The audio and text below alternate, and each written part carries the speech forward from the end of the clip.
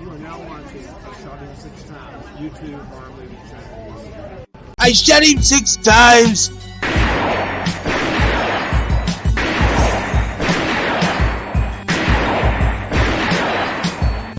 What's going on, horror fanatics? Welcome to I Shot Him 6 Times YouTube horror movie channel. As you know, I'm your host and creator of the channel, Marcus. If you have not done so already, please shoot this video a like. It helps out with the YouTube algorithm a ton. As well as if you're a new viewer to this channel, please shoot that subscribe button as well as that notification icon so you get all the latest content updates to the channel.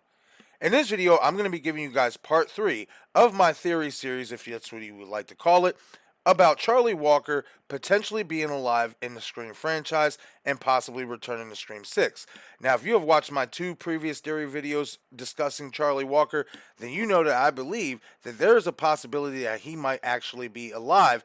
It could possibly be returning in Scream 6. Now, as well in this video, I'm also going to add Kirby Reed to this theory, as well as I also believe there is a case to be made that you can make about Kirby Reed possibly being a ghostface killer, not only in Scream 6, because there's been a lot of rumblings about that as well, about Kirby possibly being revealed as Ghostface in Scream 6, but I think you can make a case that she has been a ghostface killer all along, dating back to Scream 4 when we were introduced to the character. So before I get into the whole theory of Kirby Reed being involved as a ghostface killer with Charlie Walker and with Jill Roberts from Scream 4 from the start, I'm going to show you guys some evidence why I believe, once again, why Charlie Walker could possibly be alive. So as I stated in my original theory video, part 1 of my theory about Charlie Walker potentially being alive and living after Scream 4 and possibly being in Scream 6, I had stated that I believe when Jill Roberts stabs him in the chest, you can clearly see that when she pulls the knife out, the wound isn't exactly where she stabbed him at. Now, I had also brought this theory up in a live stream. I was in a live chat, and I believe this was the Bearded Entertainment's live stream. He had Craven Something Scary on, as well as some other guests. And I brought this up in the comment section about Charlie possibly being alive. And the Bearded Entertainment, shout out to you, my friend, went on to say, hey, Marcus, I don't really know if that, could happen, being that, Jill did directly stab him in the heart. And he actually sent me the shot that you see to the left on my Instagram, and he left it in my messages. And compared to the actual footage of Scream 4 where you see Jill stab Charlie, this shot to the left that he, presented to me in my inbox is a more definitive shot of her stabbing him directly in the chest. However, you still have to take into account that what we see in the movie, the wound ends up in a completely different location. But be that as it may, this is obviously a technical error. Now, if Charlie Walker were to survive his stab wound to the heart, how would he do such? A lot of people would tend to think he would die instantaneously or would obviously bleed out in a few short minutes. Well, I have this case article from the National Library of Medicine that might prove a way that Charlie Walker could actually be alive in the Scream franchise and in Scream 6. The case article I'm about to read you guys is from the National Library of Medicine, and it goes on to state, penetrating left ventricular stab wound, a method of control during resuscitation and prior to repair. A 34-year-old man with left ventricular stab wounds suffered cardiac arrest soon after arriving in the intensive care unit from the accident and emergency department. He had cardiac tamponade without elevation of his central venous pressure. This was because of exsanguination into his left hemothorax. Immediate thoracotomy, while still in his bed, confirmed tamponade and revealed 2 large left ventricular stab wounds, one anterior and one posterior. The heart was in ventricular fibrillation, as he had already been anoxic for some time. No effort could be made to repair the stab wounds before resuscitating him. It was necessary to control bleeding from 2 separate injuries while replacing Valium, continue with intracardiac drugs, internal cardiac massage, and internal defibrillation. This was achieved by inserting a Foley catheter into each wound, inflating the balloons, clamping the catheters, and having the assistant gently retracting the catheters against each other while the operator continued with the resuscitation. When the circulation was restored, pledgeted horizontal mattress sutures were inserted on either side of each Foley catheter, which was withdrawn immediately before trying to suture. The patient was discharged home 12 days later without any complications.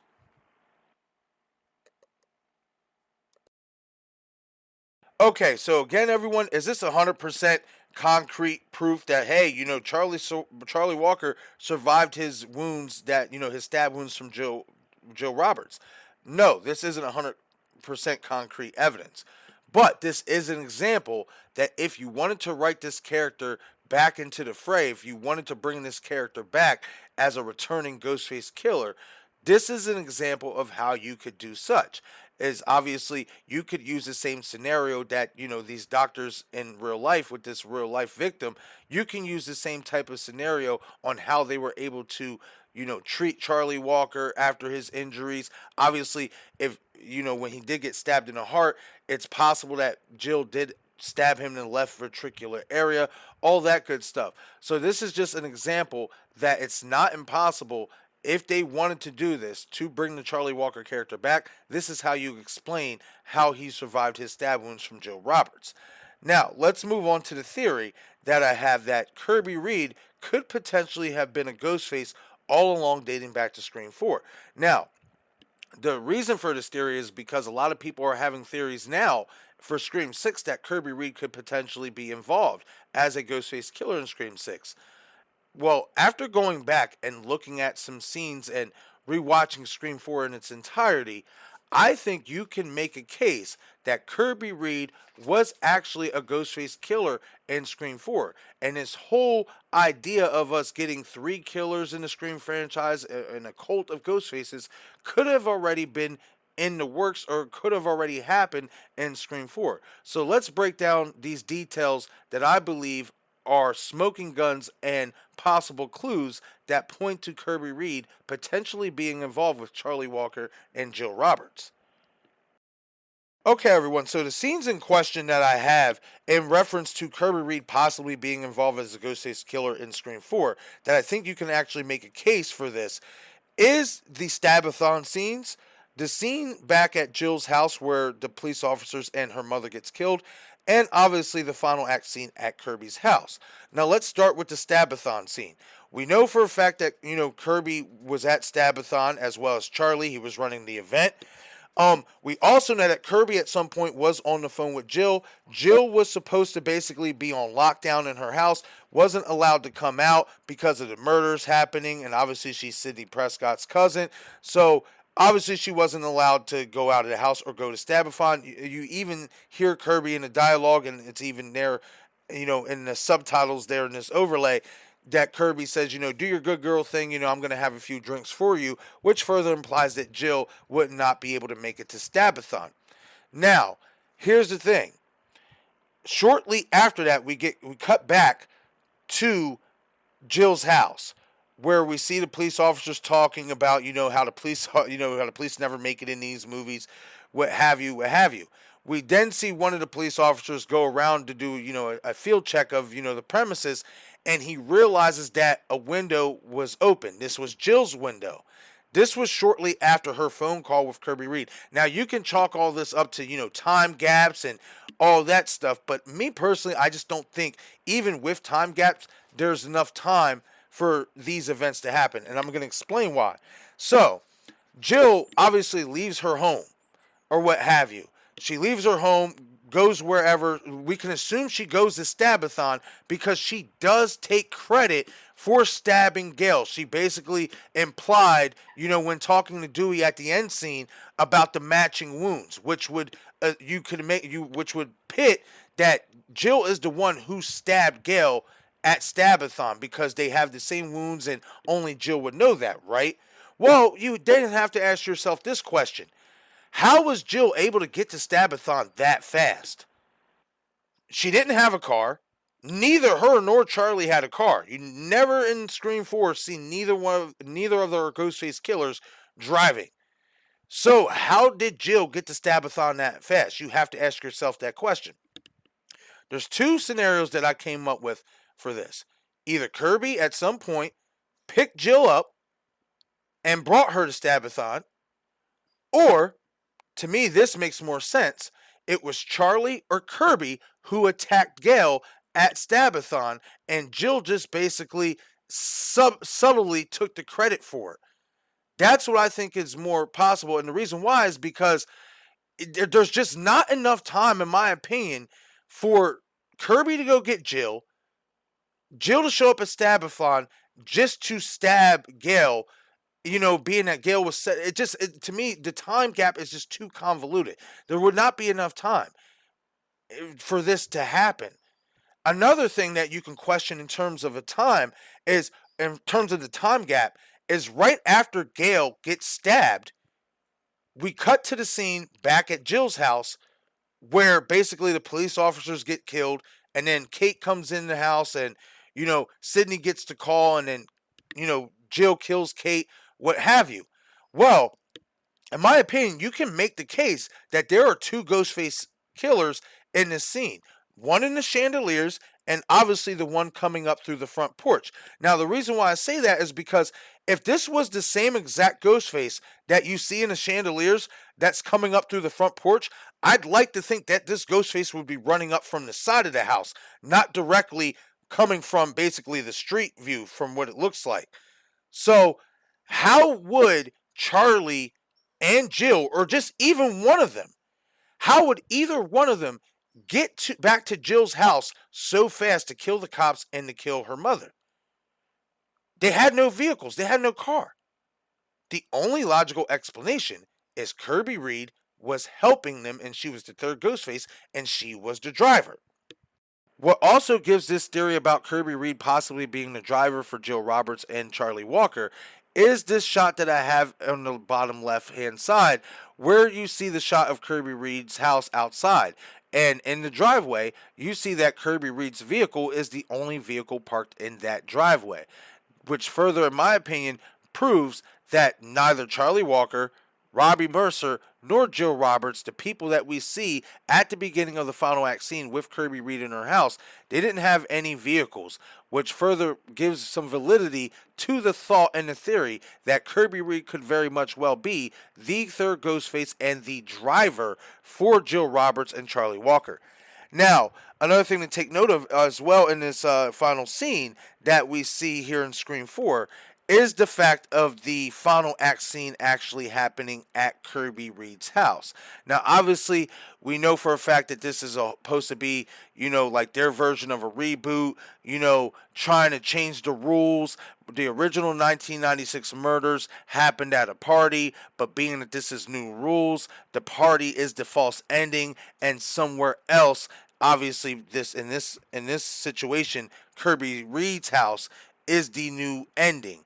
Now, what is important about this that I think a lot of people miss, that you can obviously put into consideration in terms of Kirby Reed being a Ghostface killer, is even though that her house is the new is the new ending, and the party scene, the Stabathon scene, is the false ending, what is very much like the original Scream 1996, which would be an homage to the Scream 1996 movie, is that the final act scene is happening at a Ghostface killer's house. Remember, and obviously in Scream 1996, the final act party scene happened at Stu Macher's house.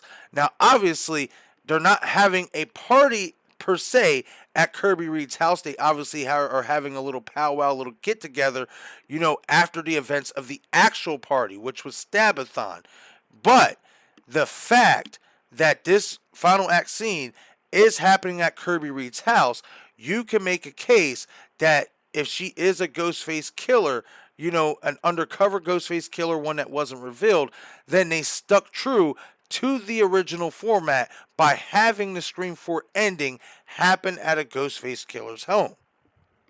Another scene in Scream 4 that you can make a case that makes Kirby Reed look quite suspicious as a potential Ghostface killer that wasn't revealed in Scream 4 is this scene right here.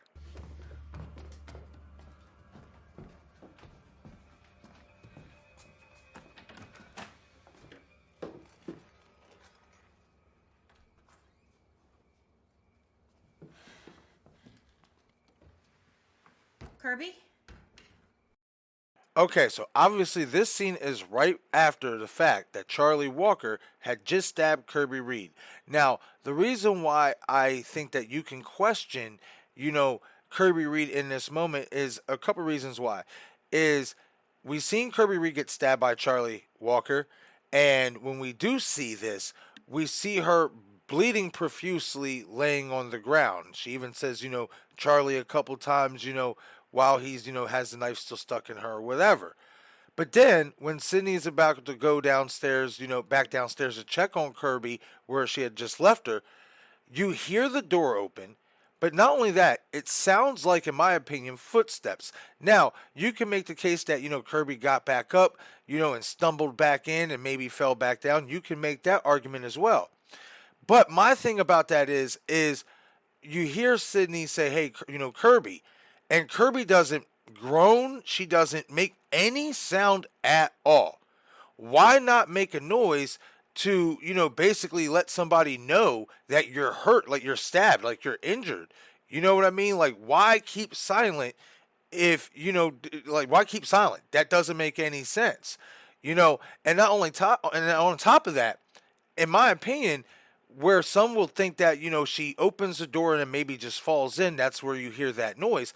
I think those sounds like footsteps. To me, those sounds like somebody walked in that door and kept walking a couple steps, and then when Sydney said Kirby, they stopped. That's just my opinion, though. So, some of you will also ask, well, how could Kirby Reed potentially be a Ghostface in Scream 4 and be helping Charlie Walker in Scream 6 if we obviously see him stab her in Scream 4? Well, in my opinion and in my theory, I believe that this could potentially be used as a fake out scene. And why I say that is because it's not the first time in the franchise that we've seen, obviously, the Ghostface Killer pull a fake out. We've seen it in Scream 1996 with Billy Loomis and Stu Macher when, Stu stabs, Billy or whatever, the corn syrup scene, what have you. Now, the reason why I bring that up is because even in Scream 4, you see Jill kind of recreate the scene herself with, making, basically doing whatever, all that stuff that she did by harming herself, throwing herself through the table, stabbing the knife through her shoulder, everything to make her look like a victim. Well, if Kirby Reed is a Ghostface mastermind in Scream 4, that is obviously going to be revealed in Scream 6 or what have you, it would not be impossible to think that this is a fake out scene as well, and that this scene was to make Kirby Reed look like the victim. And the reason why I say that is because, we know that Scream 4, what they tried to do was take, the original concept, what Billy Loomis and Stu Macher did. They kind of try to take it to the next level and rehash it in their own imaging. Like we always said, Scream 4 was ahead of its time, right? With the whole recording the kills, streaming it on, platforms and all that stuff, especially with how social media is today. Scream 4 was far ahead of its time. Now, you got to think, if in Scream 1 and Scream 1996, Billy and Stu used the corn syrup prop to stage his death, it is not impossible that Kirby Reed and Charlie Walker and Jill Roberts decided to take the same route in terms of Kirby's death and making her look like a victim.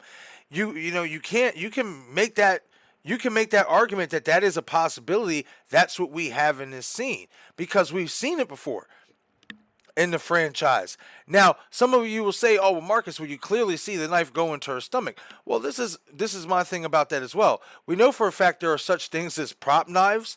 And prop knives can press into your skin, but obviously you're not really being stabbed. Now, my theory is that when Charlie obviously goes to stab Charlie goes to stab Kirby or whatnot, maybe she has some type of blood pack underneath her shirt. You got to keep in mind where she was stabbed, we didn't see, like, she had somewhat of a belly shirt, but where she was stabbed, you didn't basically see what was underneath her shirt. You know what I mean? So if this was all staged, especially if they are trying to take this to the next level and reshape the original in their own imaging, it's not impossible to think that if Kirby is a Ghostface mastermind and she was involved with Jill and Charlie in Scream 4, that this scene could be a fake out scene and they basically use some type of prop to make Kirby Reed seem like she, got stabbed and was bleeding profusely. Because again, that scene, that clip I just showed you where Sydney's going into, downstairs back into the basement, in my opinion, it clearly sounds like somebody walks into that door and takes a few steps, and it doesn't sound like they drop or stumble or anything. But that's just my opinion. Now, some of you will ask, okay, Marcus, let's say your theory is true, and this is exactly what happened. Kirby Reed has been a Ghostface mastermind since Scream 4, and Charlie Walker is alive, etc., etc. How would, especially Charlie Walker, being that Sidney Prescott, basically, he revealed himself to her, how would he get away with being a Ghostface killer without Sidney Prescott saying something or, telling Dewey or telling any type of authorities? Well, I'm going to show you guys a clip from Scream 4, and I think that if they wanted to go in this direction, they definitely could, and it's not impossible. I want to see her. She's not awake yet. And she may not remember anything. You'll have to help her with that. And there you have it, folks, from the dude's mouth himself. Sidney could simply just not remember Charlie Walker being involved with Jill Roberts as the second Ghostface killer. We have to keep in mind that Sidney Prescott, this was probably the worst shape we had seen her in the entire franchise, as she was stabbed twice by Jill, and she also passed out, which made it seem like she was actually going to die in that film. And I think the fact that, they put this piece of dialogue in Scream 4, if they wanted to, if Radio Silence wanted to go in this direction, for this theory I have, if they wanted to go in this direction in terms of making it seem, making it make sense of how Charlie Walker got away with going unnoticed as a Ghostface killer if he still is alive, is because Cindy Prescott simply just does not remember him being involved. And with Sidney not remembering that Charlie was involved with Jill, now Charlie and Kirby could possibly go in different directions in terms of who to put the blame on and who to frame as the accomplice to Jill Roberts. They could go with Trevor, they can go with Robbie, etc., so on and so forth. Now, before I get to why, if this theory turns out to be true, and Kirby Reed and Charlie Walker are basically returning Ghostface killers and masterminds, what have you, in Scream 6, before I get into, what the motive could be for that, I do want to say that in terms of, if you want to ask, okay, well, if Kirby Reed is a Ghostface mastermind, etc., why did she not reveal herself at the end of Scream 4? Well, we have to keep in mind that if her, Jill, and Charlie were working together, and if Kirby basically staged her death, like you could possibly, go with if you wanted to, and stuff, if Kirby was downstairs and she heard what was going on upstairs in terms of Jill basically screwing up the entire plan and basically going into what, us wrestling fans like to call business for herself and stuff, Kirby's not going to sit there and reveal herself. She hears Jill basically telling Sidney, this is not about basically recreating a new movie outside of, the context of maybe how Charlie wants to do it. This is about me wanting to become you, and this is all about the fame that I'm going to get as the new final girl, or at least pretending to be the new final girl. If Kirby is in the cut, hiding somewhere, or downstairs, not really trying to reveal herself just yet, well, then she's really not going to reveal herself when Jill basically screws up the whole plan, tries to kill Charlie, and basically go into business for herself and screw up any plan that they had as a collective unit. She's not going to reveal herself. So I just wanted to point that out there as well for anybody who might, think well, wait a minute, why wouldn't Kirby reveal herself at the end of Scream 4 type deal? Now, what would be the motive for Scream 6 if this theory turns out to be true and Kirby Reed and Charlie Walker are the mastermind ghost faces that we get in Scream 6, and that also they are returning ghost faces, which would be a first, in the franchise. We have returning ghost faces that we thought were dead, come back into the franchise. Well, the motive, in my opinion, would be, if you think of it, sorry, can't even talk. If you think of it like this, or whatever, basically Scream 4, their movie, was supposed to be the reboot, the invigoration of the Scream franchise, or if you want to say, the Stab franchise.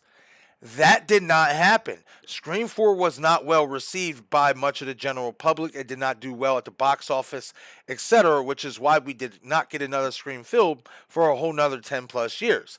Now, with that being said, given Samantha Carpenter's new story in Scream 5, which seems is going to be transitioning into another Stab film, and as well as a Broadway musical, you could go with the motive that maybe, now it may not be the sexiest, it depends on how you feel about it, I guess, but you can go with the motive that the reason why they are back and why they are targeting Samantha is because in so many ways they feel shunned, that she's getting the spotlight. Her, Tara, Chad, and Mindy, they are getting the spotlight for their killing spree, but they never really got the spotlight for their killing spree, even though they were revealed as survivors, even though really they're Ghostface killers who made it to the sequel. But they never got as much love as survivors. You know what I mean? You see where the direction I'm going with this? They are pissed off to a degree that their killing spree didn't equate to the box office and a sequel success that we are seeing with the actual Scream 5 and now Scream 6. They are upset that in their Stab universe that did not happen for their film. Now it may sound like a cheesy motive, but I think it's something that is not off the table. You got to think, there's been, even cheesier motives in my opinion. I think Scream 5's motive is the cheesiest by far, but it's not impossible to think that this is the direction they're going to go in because, again, they might feel some type of way like, hold up, we are these Ghostface survivors from 2011, but yet nobody talks about us, really. Everybody seems to forget about us. But yet, these new crop of Ghostface murders happen 10, 11 years later, and everybody's all gung-ho over these people. Now, the reason why I bring this up is because apparently these new Ghostface killers are supposed to be targeting Ghostface survivors. Well, what better and what more ironic would it be is to have the Ghostface killers in Scream 6 be Ghostface survivors themselves, but not only just Ghostface survivors, actually turn out that they were actually killers all along. In terms of, obviously, Charlie Walker, and now Kirby Reed, if you want to reveal her as a Ghostface killer. And why I think this could work and could provide some freshness, as Kevin Williams said, in his review of Scream 6, why this is, and provide some newness is because, one, we've never seen a returning Ghostface that we saw was dead return in the franchise.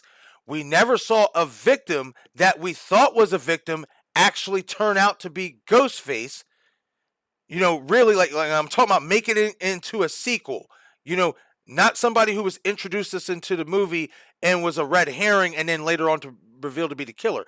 I'm talking about somebody who makes it to a sequel and then later is revealed as a Ghostface. That's what you would have in Kirby Reed. But also, and this is the most important thing, why I like this as well, you'd still be keeping the nuance and the nostalgia of the Scream franchise by sticking to the notion that everything we thought we knew about these characters, everything we thought we knew was true, was not true. You get all those elements into play, and not only do you have a freshness and a newness to the Scream franchise, but you also still give that same nostalgia and that same somewhat of a same blueprint that has made the franchise a staple in the horror community for so many years. And before I end out on this video, I do want to say that to a lot of fans who out there who want to see Jill Roberts make a return in Scream 6. Um, I'm not against it. I mean, I'm a big fan of Jill Roberts. I think you can make the argument that she's arguably the second or third best killer in the entire franchise. However, I do think that, she would have been brain dead from that electroshock therapy that she caught to the head, that, with the defibrillators in Scream 4. I think that she would basically be a vegetable. I just can't see her really long term after that. And then also being shot in the heart. Now, I mean, obviously, I'm sitting here saying Charlie, survived a stab wound to the heart. So you never know. But at the same time, I mean, you could make this case because, as I just said, obviously she would be, very pissed off as well if she is alive, that basically Samantha Carpenter is like basically the new her, because that's what she was aiming to be in Scream 4, was the new Sidney Prescott. And now in so many ways, at least, from what, we're being, told from Scream 5, Samantha Carpenter is like the new Sidney Prescott. Even though in Scream 6 there is something to look out for, that fans, in the Stab universe think that Samantha is involved. So that is something to look out for. So you could, if you wanted to, bring Jill Roberts back, but in my opinion, I really wouldn't want to see that, and the reason why is because she got her shine. She gets her praise, in the community and stuff. There's majority of people I've talked to love Jill Roberts. It's not the same for Charlie Walker, and I'd rather see him come back and try to redeem his quality as a Ghostface killer, as opposed to seeing Jill Roberts come back and already cement a legacy even further that really doesn't even need to really be further cemented. But that's just my opinion. But okay, everyone, that is it for this video. Leave a comment in the comment section below and let me know what you guys think about my third part of Charlie Walker being alive, theory series, if you want to call it that, as well as let me know what you guys think about my theory about adding Kirby Reed to this as well. Do you guys think I make some valid points as to Kirby Reed possibly being a Ghostface killer in Scream 4 that could be also a Ghostface killer in Scream 6 as well? That will be revealed. Hit the comment section. I love to always hear from you guys. Nope.